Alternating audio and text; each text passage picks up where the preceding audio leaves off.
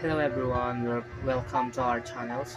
I am Justin Antonio together with my partner Jericho Reyes. For today's video, let's learn how to swage the copper tube. For today's video is mag-swaging tayo. Alamin natin kung paano siya na-apply, kung paano siya gamitin, or paano siya ginagawa. Let's go! So guys, before we start, we need to use the gloves, and we have the copper tube here and the swaging head. And let's put the swage punch, which is the swage cone, para maluwagan natin yung gitna ng ating copper tube. So ikot-ikutin lang natin hanggang sa mahigpitan siya. Then next, lalagay naman natin siya sa ating swaging bar. Ang size ng copper tube natin is 3/8. So may mga sizing yung butas ng ating swaging bar. So doon natin siya ilalagay. So ayan, kailangan natin higpitan. Kailangan na mahigpit to para di dumulas yung copper tube and hindi siya mawalan ng control or mag-bend yung ating copper tube. So ayan, lalagay na natin yung ating copper head, yung swaging head natin,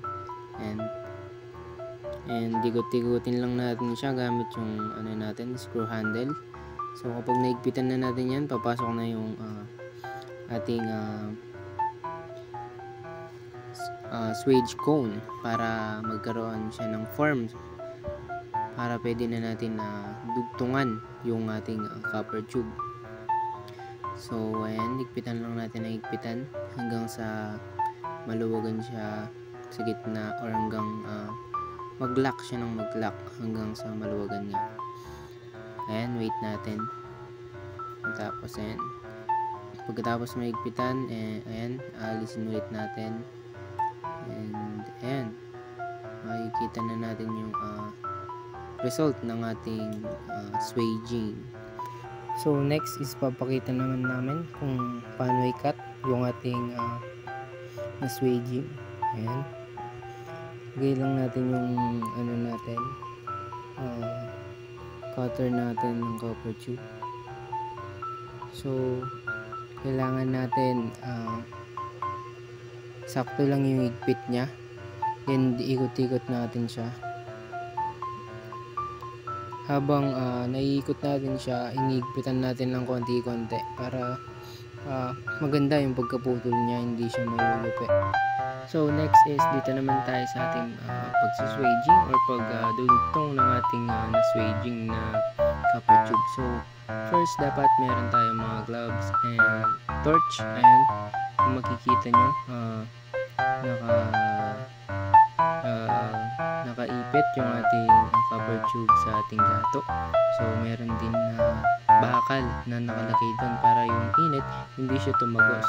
So direct lang siya sa ating copper tube. So ayan, ganyan lang yung pag-a-apply natin sa ating copper tube na ating rod. So dapat dahan-dahan lang tayo and konti-konti yung paglalagay natin, dahil kapag naparami yan is magbububo sa ilalim. So papangit na yung ating copper tube. So dapat nakatansya yung nilalagay natin na rod para maganda and hindi masayang yung ating rod na inilalagay. So ayan, panoorin natin.